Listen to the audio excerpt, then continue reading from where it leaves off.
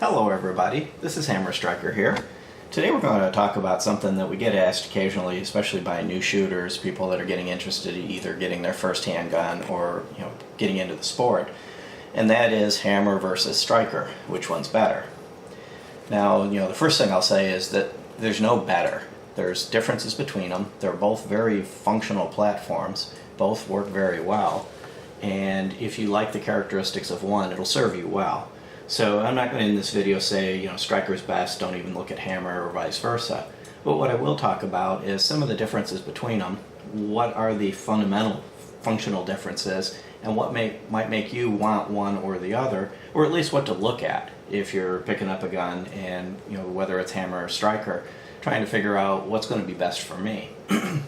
So one thing I'll mention is all the guns are unloaded. Some of the guns may have these snap caps, which are inert dummy rounds, because especially when you get into the hammer guns, it's not a good idea to dry fire them. In other words, to drop the hammer on a empty cylinder. So I've loaded them to save time with these snap caps. These are not live ammunition, and they're meant for the purpose of doing this. There is no live ammunition present at all on the table here. So let's start with one of the first hammer guns that was out there, and that's the revolver. And all revolvers use a hammer of some sort. Some of them have an exposed hammer with a spur on it where you can grip it with your thumb. Others have an internal hammer where the hammer is not visible to you and can't be reached with your thumb.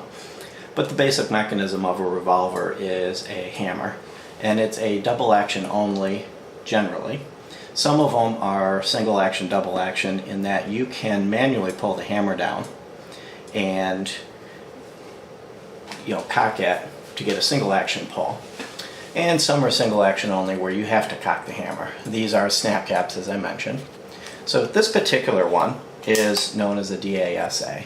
So it has two operating modes. Single action, where I can cock the hammer,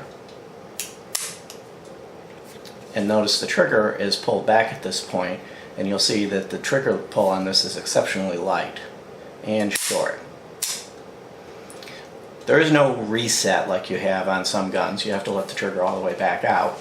At this point, if I want to fire it again, I either have to cock the hammer, or I can pull the trigger, and as I pull the trigger, it rotates the cylinder and cocks the hammer. When I reach the end of the pull, it releases the hammer. Each pull, I can make a decision which way I want to go.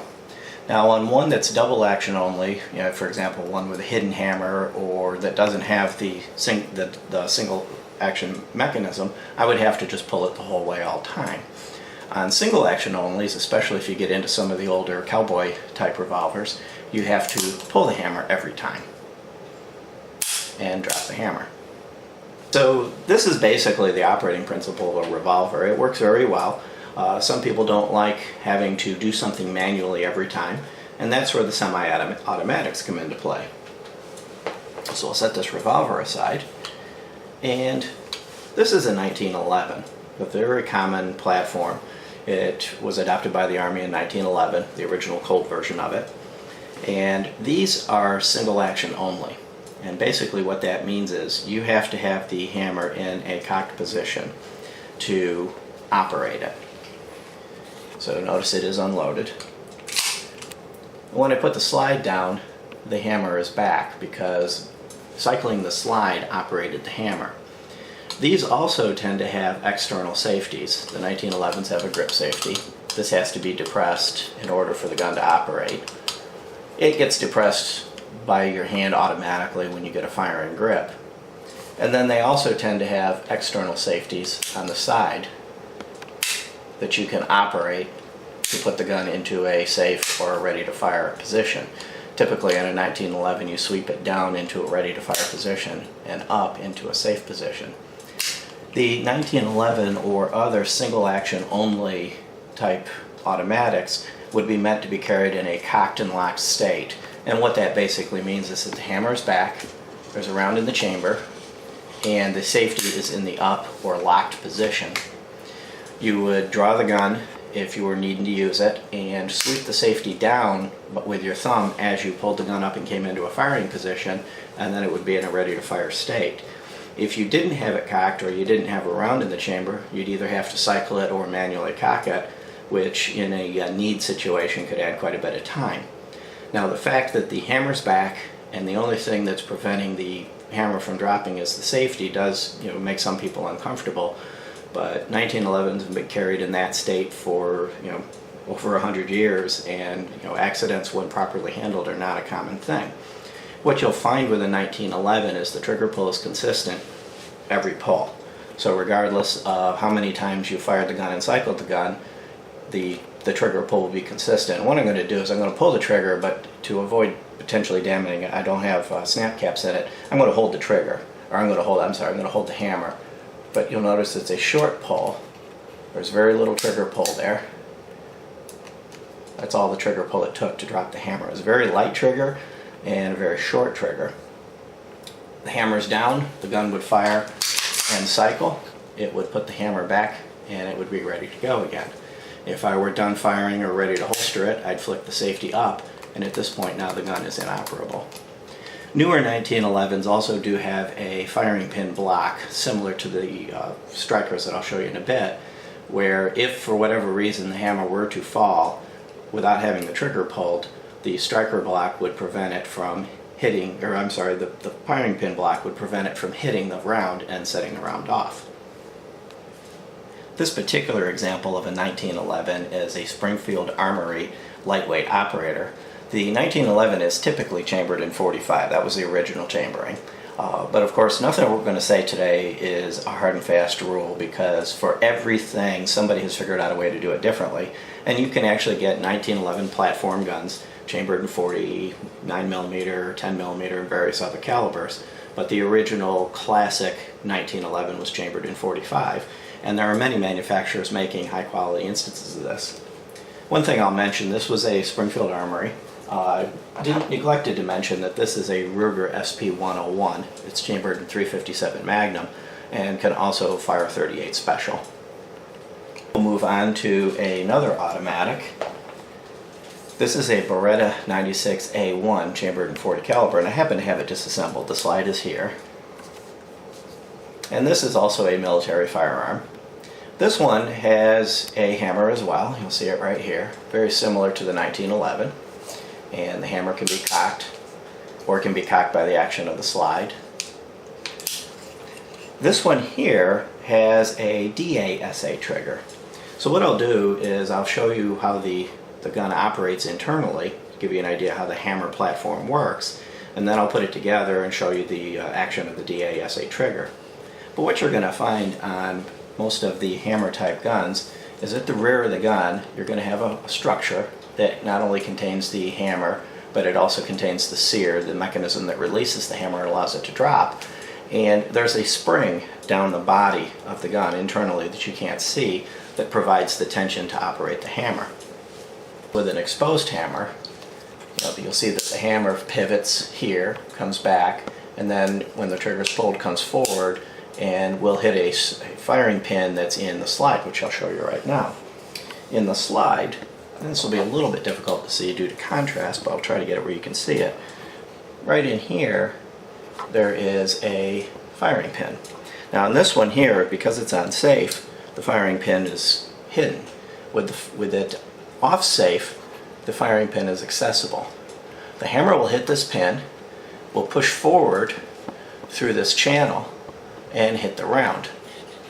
Now on guns that have a firing pin block like this one, there'll be some sort of a piston somewhere up in the mechanism of the slide that will block and interfere with the firing pin if the trigger's not pulled. So this one has the firing pin block.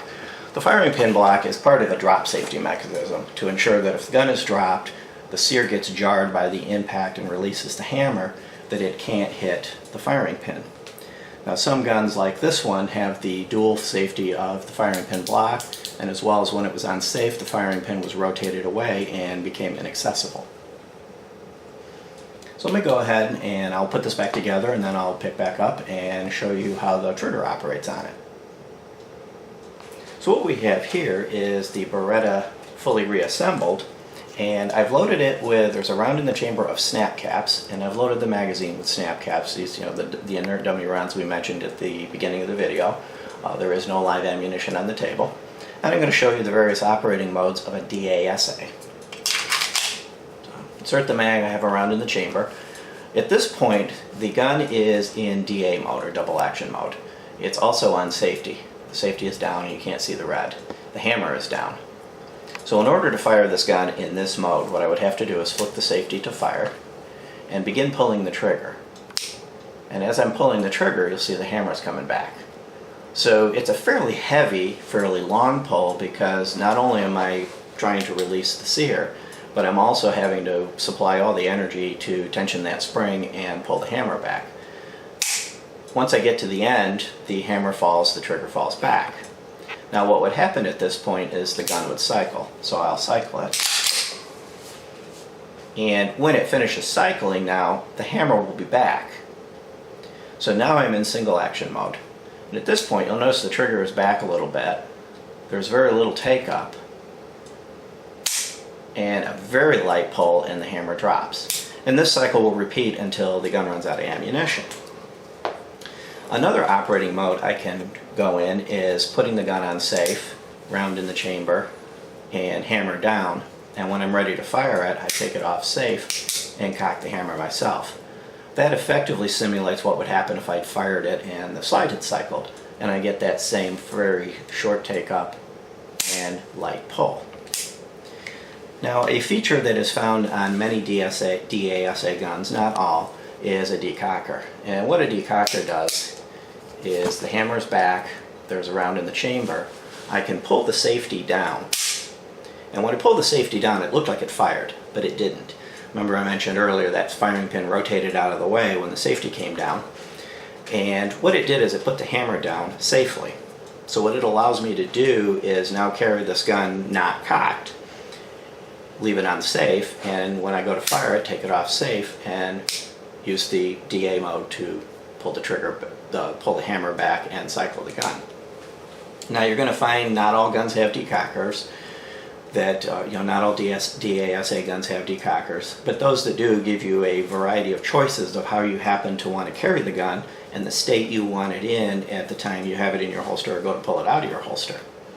So it's a very flexible platform and gives you a way to carry it as safely as possible while having a light trigger once you're in operation. It is something to get used to, though. If you're not paying attention and aware that the first pull is going to be heavy and subsequent pulls are going to be light, it's very easy to have an unintended discharge, especially at the range. You pull the first one, it's long and heavy, you go to kind of preload the second one and it goes off. So you do want to practice with it and be very familiar with that platform. Okay, so let's move on to the third technology, which is the more recent technology as far as it goes. Glock introduced a striker gun in the early 80s that became very popular. They weren't the ones that invented the striker, but they're the ones that actually really took it mainstream. And some of the characteristics of a striker gun, the majority of the striker guns out there are going to have a polymer frame. Basically it's plastic. It's very light, and it's very minimalist. You have a locking block that retains the slide, and then you have a very lightweight mechanism at the back that doesn't have a hammer, all it has is the sear. So the release part of the mechanism is found in the frame, and the rods that operate the trigger. The slide, which I have disassembled because I'm going to show you the striker and then I'll put the slide back together and resume, but the slide contains the striker, which is actually the firing pin itself, and it also contains the spring. So here's the striker. This is a Glock 20, which is a 10mm full-size Glock, and this is the striker assembly. So the metal piece with the point, this is the actual firing pin, and this point is the part that hits the primer on the round and sets the round off, and this is the tension spring. So on the previous two guns, the 1911 and the Beretta, I mentioned that the spring was in the grip and operated the hammer. In this case, the spring is here wrapped around the striker, and as the striker pulls back, it tensions the spring. Many of the striker or hammer fired guns have one spring or two. They'll have one, they call it the main spring, that provides all the operating tension for the hammer and most of the other functionality, and sometimes they'll have an additional spring for the trigger. On a striker based gun, you've got always have a spring for the striker, and you always have one or more springs for tensioning for the trigger mechanism. So you have a few more springs involved. So I'm going to go ahead and stop for a second. I'll put this back together and I'll pick up and show you how the striker trigger operates. Slide reassembled, and just so you'll know, if you want to see the disassembly, reassembly any of these guns, we do that in our reviews of each gun. We take them apart, show you how to take them apart, clean and put them back together again. And we've done that with various instances of the Glocks and each of the other 3 guns that are on the table. But what I will show you is a few characteristics of the slide, of a striker-based slide, and they're all fairly similar.